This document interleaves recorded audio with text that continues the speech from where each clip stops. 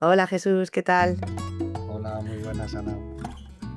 Bueno, un placer poder tenerte aquí y hoy aprender un poquito de un tema tan interesante como el que nos traes, que es la mente del agresor sexual y su tratamiento. Y bueno, antes de comenzar, me gustaría introducirte con nuestros oyentes. Jesús García, eres doctor en psicología, especialista en instituciones penitenciarias. Precisamente trabajas en la prisión de Murcia y además, pues con ese tratamiento de agresores sexuales. Además, eres especialista en violencia de género y profesor de la Universidad de Murcia, aparte de conferenciante y escritor. Creo que ahora no sé si son 4 libros, Jesús, ahora, o Sí. 5, 4 libros. Ujú. Muy bien. Y eres profesor de nuestro máster en sexología clínica y terapia de pareja, precisamente con esta misma asignatura, el tratamiento de los agresores sexuales. Entonces vamos a empezar hablando de este tema que yo creo que a veces pues, puede ser tan controvertido, ¿no? Desde si realmente existe un tratamiento, por qué se agrede. Me gustaría hacerte algunas preguntas y que tú pues, nos puedas ir contestando y dando sobre todo tu experiencia. Mm. Entonces, la primera pregunta, Jesús, que te haría sobre los agresores sexuales es por qué se agrede. Porque parece que hay gente que entiende que es la propia agresión sexual lo que les produce placer. Hay otras personas que hablan de una falta de control de ira, de control de impulsos, muchas veces, que es lo que les lleva a esa agresión sexual. Desde tu experiencia, ¿qué dirías que hay detrás de esa mente del agresor sexual? Y muy bien, pues la asignatura que damos en el máster se divide en tres partes. La primera es la mente del agresor sexual, que es la pregunta que me has hecho. Y bueno, las otras dos partes, una es ver si hay riesgo, si poder determinar el riesgo de reincidencia del agresor y poder valorar si una persona que puede volver a reincidir. Es el peritaje forense que se le hace a los agresores y que vale para la consulta fuera de prisión, por si, o en una pareja, te consulta si la conducta de mi pareja se puede considerar agresión sexual y se lo puede volver a hacer, ¿no? Y luego la tercera Ujú, parte es el tratamiento de los agresores, tanto en prisiones como si alguien viene a consulta privada y te dice: "Tengo este tipo de impulsos y quiero controlarlo y quiero controlarlo". Claro, ujú, a la pregunta que me haces de cómo es la mente del agresor, si es placentero o no, indudablemente siempre tenemos que marcarnos que es placentero. Es placentero por el simple hecho primitivo animal de nuestra configuración genética mamífera, de que la conducta sexual genera dopamina, la famosa dopamina de las adicciones, la famosa dopamina de las conductas que generan supervivencia. Entonces, eh, yo lo comento siempre de la siguiente manera. Primero hay que conocer la conducta sexual. Para entender al agresor tenemos que entender cómo se mueve la conducta sexual. Y la conducta sexual primero empieza por la testosterona, por sus bases bioquímicas, ¿no? ujú, Neurobioquímicas, que primero es la testosterona, esta hormona sexual que te gira hacia un atractivo sexual. Cuando te giras hacia un atractivo sexual, porque indudablemente no se puede controlar, el atractivo está ahí delante, si tienes mucha testosterona vas mirando atractivos por todos sitios. Luego viene ya una decisión humana, que no animal, humana, de estoy viendo el estímulo sexual, pero me controlo, así de sencillo, no me toca. Y siempre hablo de 4 frenos a ese estímulo sexual. El primero es el moral, no corresponde, es inmoral ir a por un estímulo sexual. El segundo es el empático, no quiero hacer daño a esa persona y tengo empatía por una persona, ¿no? El tercero es el social, no lo hago porque si me pilla me van a señalar con el dedo como un violador. Y el cuarto freno que se activa es el legal, no lo hago porque es ilegal y terminaría en la cárcel. Esos 4 frenos se consolidan en el ser humano a través del proceso de socialización, culturización. Si estuviéramos en una cultura más primitiva, si fuéramos neandertales de las cuevas, iríamos unga unga con la maza y sin freno hacia el atractivo sexual, como puede ser cualquier mamífero que está en la selva. El proceso de la evolución de la especie, de nuestra parte racional, de la corteza prefrontal, ha ido activando todos esos frenos. Frenos que nos hacen que seamos una raza ordenada y que controle las relaciones sexuales para no ser depredadores todos contra todos en la calle, como podrían ser las manadas de tigres o de leones, ¿no? Es decir, nuestra parte racional es la que va frenando. ¿Por qué a alguien se le salta uno de esos 4 frenos o los 4? Ahí es la clave, eso es lo que hay que analizar. ¿Por qué cuando veo el estímulo sexual mi cabeza dice me apetece y mi cabeza dice lo cojo a la fuerza, que es lo que es una agresión sexual? Es decir, mi cabeza me dice me apetece y yo lo cojo a la fuerza. ¿Por qué no existe ese autocontrol, ese freno? Porque tenemos una conducta mamífera primitiva. Y bueno, pues Y es lo que se intenta identificar en cada uno de los agresores. Y hay agresores de varios tipos, pero placer existe y por eso se refuerza. Como lo que hago me da placer, por lo tanto, lo que quiero que lo vuelvo a repetir, ¿no? Es como si voy por la calle y veo un estímulo de comida que me apetece y no puedo por mi salud o porque soy diabético, lo que sea, ¿no? Y me lo como. Claro, es placentero. Entonces, la dopamina y el placer, la conducta que más dopamina genera es el sexo. Y hay que pensar que la dopamina se segrega en conductas que generan la supervivencia. Y hay 5 bloques de conductas que generan la supervivencia de la especie. Pues esos 5 bloques de conductas dan placer, porque estamos diseñados para repetir esas conductas para que la especie no desaparezca. Bueno, si sigo te doy la clase entera. no, es superinteresante. Claro, la pregunta sería, ¿por qué no funcionan esos frenos? O sea, ¿por qué si esa persona está en la misma sociedad que hay donde hay otro hombre que no va a agredir, donde hay otro hombre que sí va a tener esos frenos, por qué en unos no funcionan y en otros sí? ¿Qué es lo que ha ocurrido? Claro, entonces tenemos varios tipos de agresores y en cada uno ha fallado algo, ¿no? Por ejemplo, Ujú. el agresor oportunista es porque está de fiesta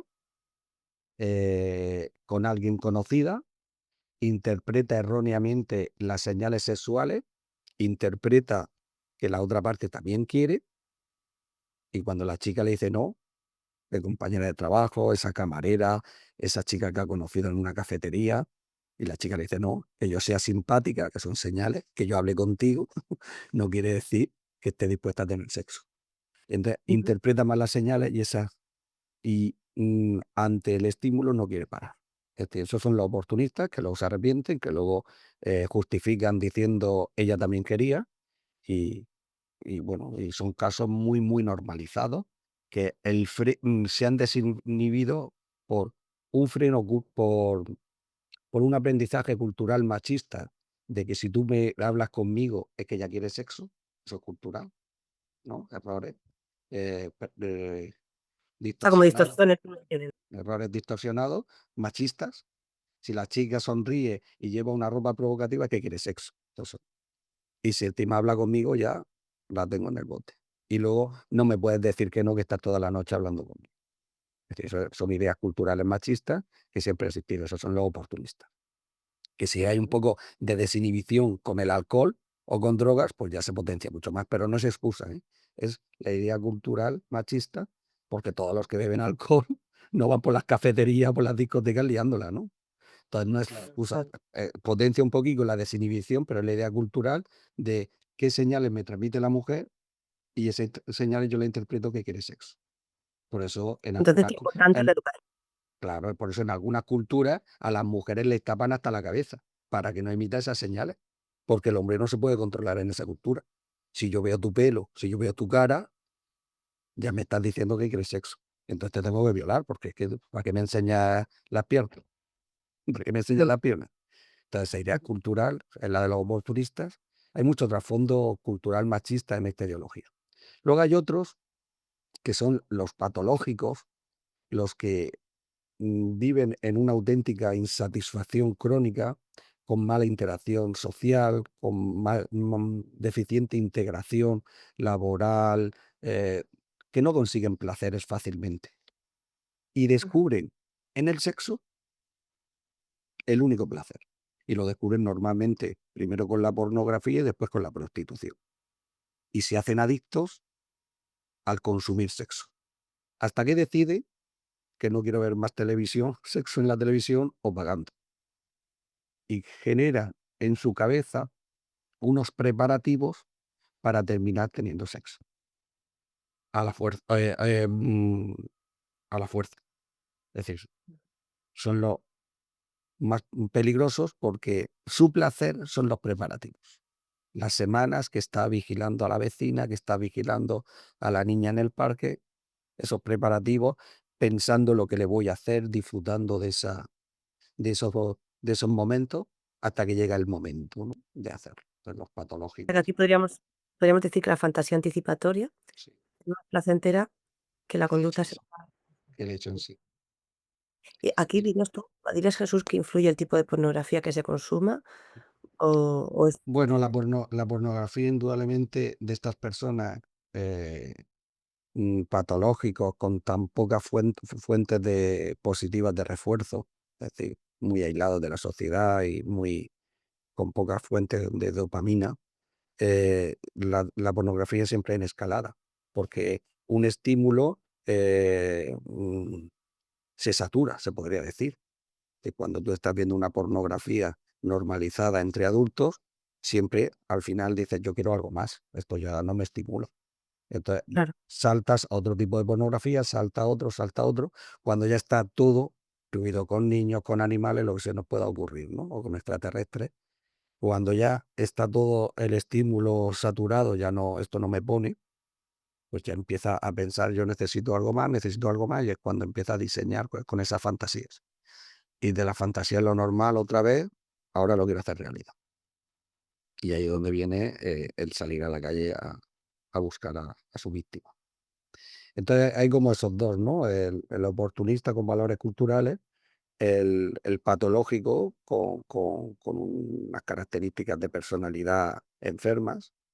Y luego ya tenemos, se podría decir, el psicopático, en el que, mm, no agrede por el sexo, sino por dominar a la mujer y hacerle daño, ¿no? Entonces, ese sádico que que es misógino, quiere hacerle daño a la sociedad a través de la mujer, y habría que buscar, en su configuración de personalidad y en sus vivencias infantiles, por qué quiere hacerle daño a la mujer. Entonces, quiere hacer 2 daños: a la sociedad, porque se siente, que la sociedad le ha agredido a él, y por lo tanto os vais a enterar quién soy yo, como represalia por no haber esta sociedad haberme dado, lo que yo esperaba. Y, le va a hacer daño a la sociedad a través de la mujer, porque piensa que la mujer también le ha hecho daño. Y podría mucho relacionado el conflicto de crianza, del apego de la madre, y ahí es donde se explora. Estos son, pues, los más complejos de tratar. Si te das cuenta, de esos 3 tipos, el tratamiento, tiene objetivos distintos. El el oportunista cultural es trabajar las distorsiones que tiene sobre lo que es el sexo y la mujer y el autocontrol. El patológico es trabajar por qué estás, en esa vida adictiva de sexo, y te tendré que enseñar a tener una vida placentera, pero social, con muchas fuentes de refuerzo que no sea el sexo y el ujú, autocontrol, está claro. Y ya, el psicopático, pues se tendría que hacer una terapia, que estoy pensándola por lo complejo que es, de por qué tiene tanta ira contenida y tanto conflicto hacia la sociedad y hacia la figura de la mujer. Y esos son los más complejos. Y claro, bueno, me imagino. En este último, esos en el son. psicopático Ujú. en el psicopático, entiendo que como no encuentra el placer en el mero hecho de la agresión sexual, sino en el hecho de la agresión y la dominancia, en este caso es común ver agresiones en general a la mujer, además de las agresiones sexuales. Sí, probablemente podría generar cualquier agresión hacia la mujer, ¿no? Es decir, no solo sexual, pero la clave es humillarla y la clave es hacerle bastante daño, que no es un acto sexual, es el secuestro, la violencia, y terminar incluso matándola, ¿no? Te Ujú, recuerdo un caso de un hombre que era de este perfil y, y él intentaba, a mí me decía en prisión, que él intentaba tener relaciones normalizadas con mujeres, pero todas las mujeres lo rechazaban. Entonces al final no le quedaba otra. Es decir, si yo lo he intentado tener normalizadas, pero me rechazan. Claro, le rechazan porque tenía la cabeza, pues imagínate, una mujer que se acerque a esa cabeza, ¿no? Al principio puede parecer atractivo, pero al final lo he rechazado. Y entonces, claro, al final generó un odio, me había hecho mucho daño, esto no me va a volver a pasar. Como esos niños pequeños, ¿no? Con esa rabieta, esto no me va a volver a pasar. Y ujú, son- hay muchos rasgos también narcisistas, yo me lo merezco. ujú. Entonces tenemos ahí una mezcla de valores culturales, un poco de alcohol, droga, de desinhibición y unos rasgos también narcisistas, yo me lo merezco todo, como no te voy a gustar. Con lo Claro, guapo que soy, como no te voy a gustar. Había un caso. Me río porque normalizo estos casos que los tengo en la cárcel, ¿no? Había un caso que el hombre estaba muy borracho y no lo dejaron entrar a la discoteca. Y él discutió con el portero, de que no entra a la discoteca que sí estaba. Y se esperó por la puerta de la discoteca y dándole vueltas, diciendo, si no me entras te vas a enterar. Y claro, ahí es donde una de las chicas que salió de la discoteca abusó de ella. Y él me decía, es que no me dejaron entrar a la discoteca. ¿Y qué excusa es? No te dejaste. Estaba borracho, ¿cómo no vas a entrar? Y es decir, al final son situaciones complejas. La noche está peligrosa a determinada hora. Siempre lo ha claro, sido, indudablemente, pero bueno, estas personas están por la calle. Estas personas claro. están por la calle. En estos 3 tipos de agresor, en los 3 tipos, por lo que entiendo, una de las cosas que sí o sí habría que trabajar y una de las cosas que sí o sí falta es la empatía. Sí, indudablemente la empatía, pero como base del machismo. La empatía hacia la figura femenina. Ujú, Puede ujú. ser empático con otras personas, pero ni Claro, hacia, claro. hacia la figura femenina. Aquí hay mucho de machismo, de valor cultural, que hace bien poco, pero muy bien poco, estamos hablando en España de hace 50 años, muy poco, se tenía sexo en casa cuando el hombre quería, hace muy Claro. poco. Y Ese es otro campo de agresiones sexuales, quiero decir. claro, Todas las agresiones claro. sexuales van a ser por la noche. Claro, hay que pensar que hasta hace bien poco la mujer no votaba en España, no elegía nada, la mujer perdía su apellido, la mujer no tenía propiedades. Es decir, si la mujer aportaba al matrimonio una casa, la casa, la escritura de la casa, pasaba a formar parte del hombre de la casa. La mujer no hablaba en la mesa, la mujer no podía opinar porque si no se le corregía violentamente con azotes. Ujú. Y hay que entender, las hijas son parte de esa mujer que no vale para nada, que vale es el hijo. El hombre llega a casa y se siente la mujer y sus hijas giran alrededor del astro rey, que es el padre y los niños. Es que esa es la base, es decir, que mm, está ahí, La idea de uno por encima del otro, ¿no? claro, y está grabado en nuestro valor cultural. Y España está muy avanzada, ¿veis?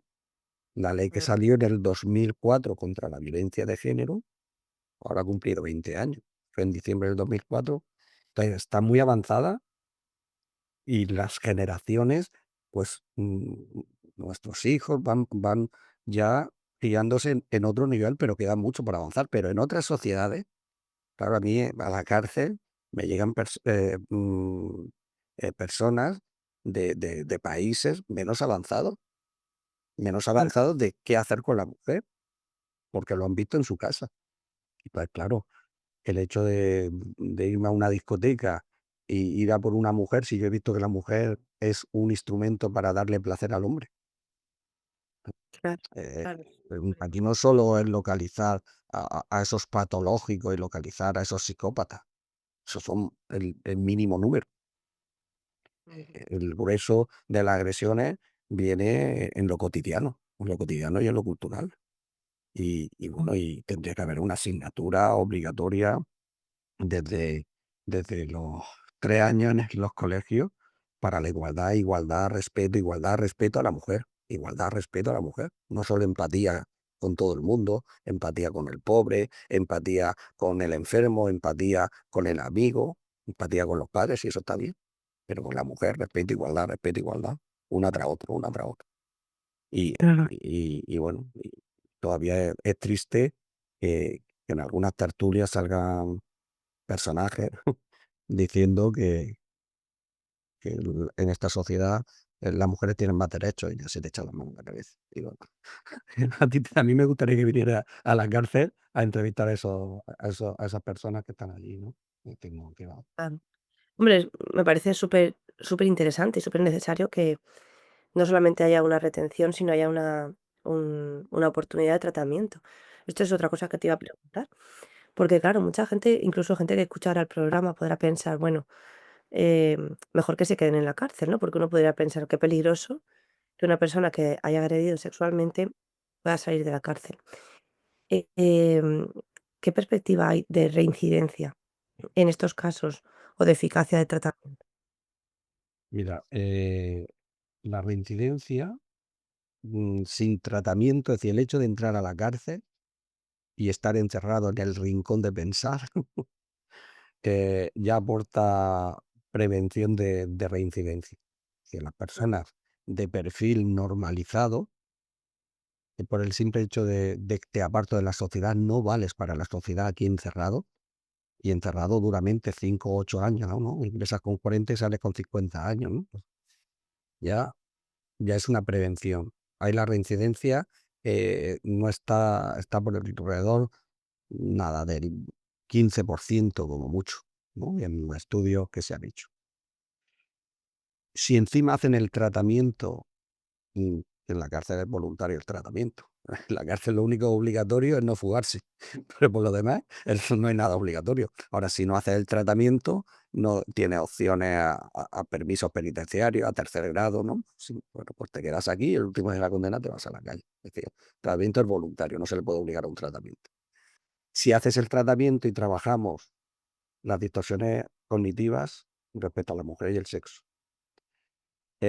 la respuesta sexual que tienes y el control de esa respuesta, los frenos a los estímulos sexuales, la empatía, la asunción de responsabilidad, los mecanismos de defensa que te hace la mente para convencerte de que estás haciendo lo correcto, Mm, las situaciones de riesgo que se te pueden presentar y cómo actuar ante esas situaciones de riesgo.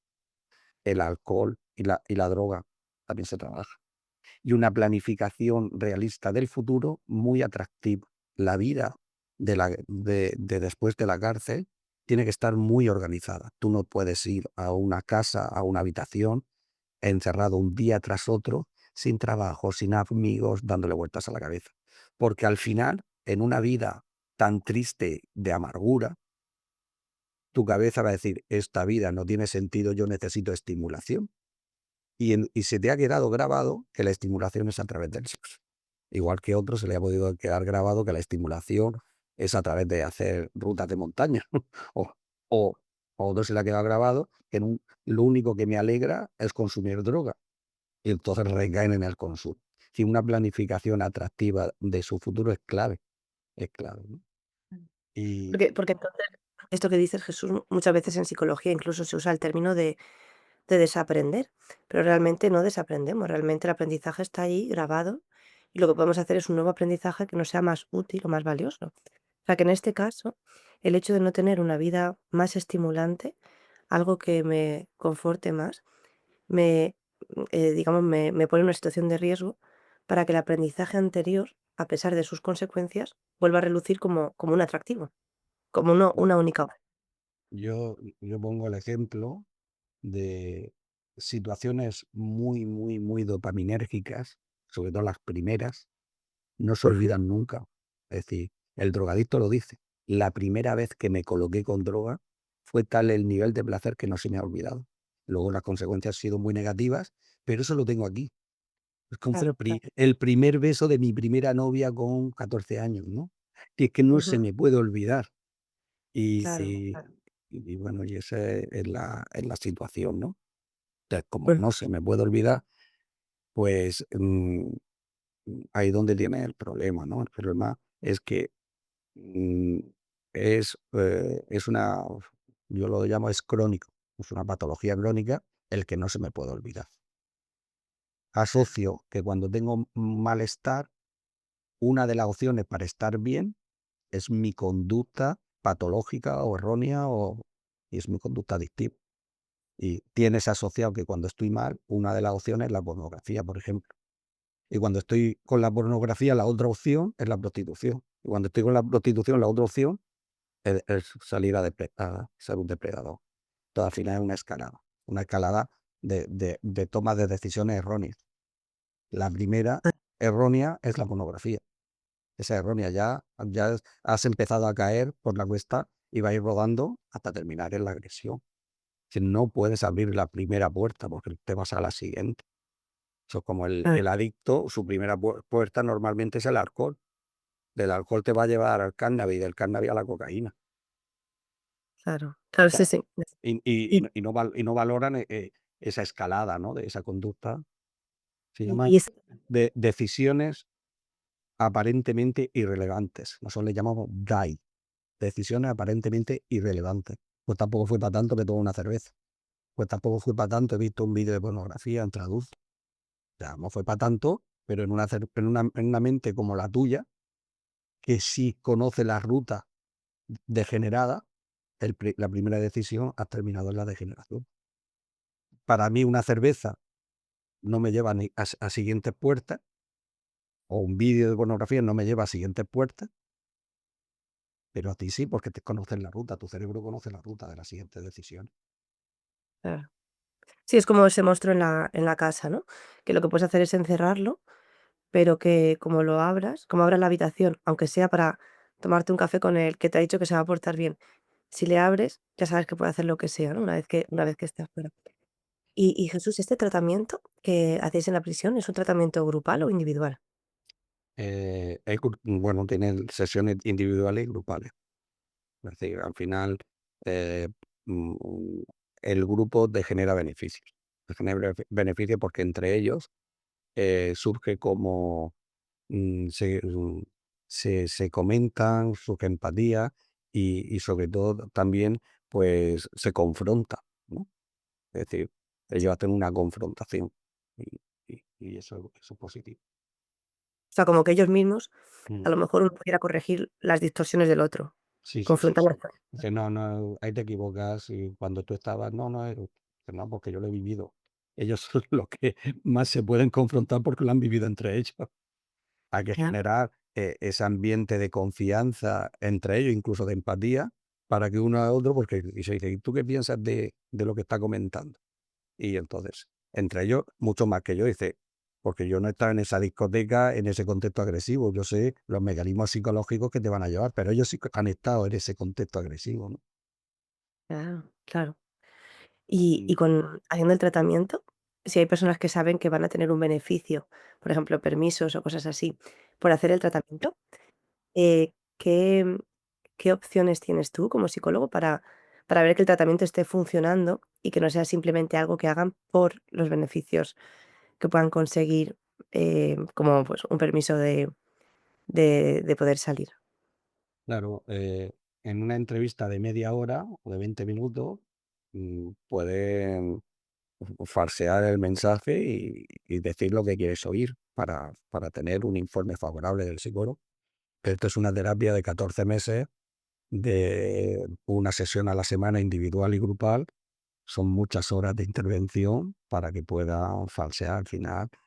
Si se le nota a esas personas que, que no están arrepentidos y que no tienen empatía.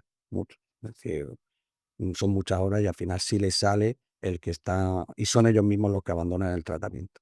Son ellos mismos que abandonan porque, porque se le confrontan con mucha frecuencia y entonces ellos se dan cuenta que están haciendo su obra de teatro, su papel. Mm, Guau, qué interesante, Jesús. mm. Qué valor poder tener también esa capacidad de dedicarte a este ámbito que me parece tan necesario, tan importante. Mm, Duro, es muy, muy duro, muy duro, muy duro, claro. muy duro. Es decir, pero bueno, el otro día una alumna mm, le pregunté qué especialidad quería estudiar y demás. Y me dijo lo más duro que a mí se me podría pasar por la cabeza. Es psicóloga oncológica infantil, para tratar a las familias y a los niños en tratamiento oncológico del cáncer. ¿Te quedas? Digo, "Oh, no se me hubiera ocurrido nunca". Digo, pero una chavalina de 20 y pocos años, que va a acabar recién acabada la carrera.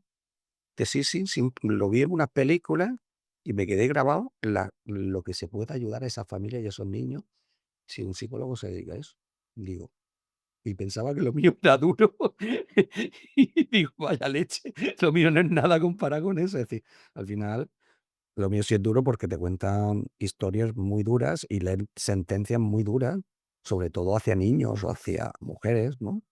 Y claro, muchas de las agresiones es hacia niños.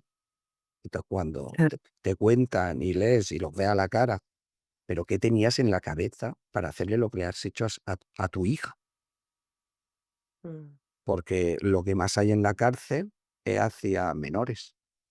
Y los menores son o sus hijos o hijos de sus parejas. Es decir, no hay depredador. Así hay, pero mm, lo más frecuente del agresor sexual en la cárcel es los agresores a niños en el entorno familiar. De esos son los más frecuentes. El depredador que va por la calle buscando jovencitas, pues hay, pero menos. El, el oportunista de la cafetería, del bar, tal, lo hay, pero menos. Es un entorno familiar con el estímulo sexual de una niña y ahí se ha mezclado el valor cultural, la falta de autocontrol, vidas con poca estimulación. Ha sido, como se dice, la tormenta perfecta. ujú. El haber recibido ellos también violencia sexual de niños en muchos casos, y esos son los más frecuentes. Curiosísimo. Eso es Son curiosísimo. los Que más has recibido frecuentes. educación sexual Mm. y en vez de ser un freno, acaba siendo un aprendizaje de un camino que se puede caminar. Sí, tienden la sexualidad, tengo un aprendizaje erróneo y el aprendizaje es que el estímulo me gusta y termino agrediendo. Ujú. Mm. Pues Jesús, muchísimas gracias por este tiempo, por perspectiva y por el valor también de lo que estás haciendo, que al final pues tiene que ver con esa constancia, con esa claridad también de qué se puede hacer para ayudar y de ofrecer una opción de cambio, que al final se trata de dar opciones de cambio, de nuevos aprendizajes, de entendimiento. Muchas gracias por todo lo que nos has comentado hoy. Seguro que aún nos podemos quedar nos podemos quedar hablando mucho más tiempo, pero ya con este ratito lo vamos a dejar. Muy bien. Y luego, pues, nos pueden mandar comentarios o dudas, las personas que nos estén escuchando. Y gracias también por formar parte del profesorado del máster de Sexología Clínica y Terapia de Pareja, que empezamos ahora con la 12ª edición y por de forma constante estar haciendo esta asignatura también me parece tan importante, que es el tratamiento de los agresores sexuales. Muy bien. Nada, gracias a vosotros y seguimos haciendo grande la psicología. Hasta luego. Saludos. Chao.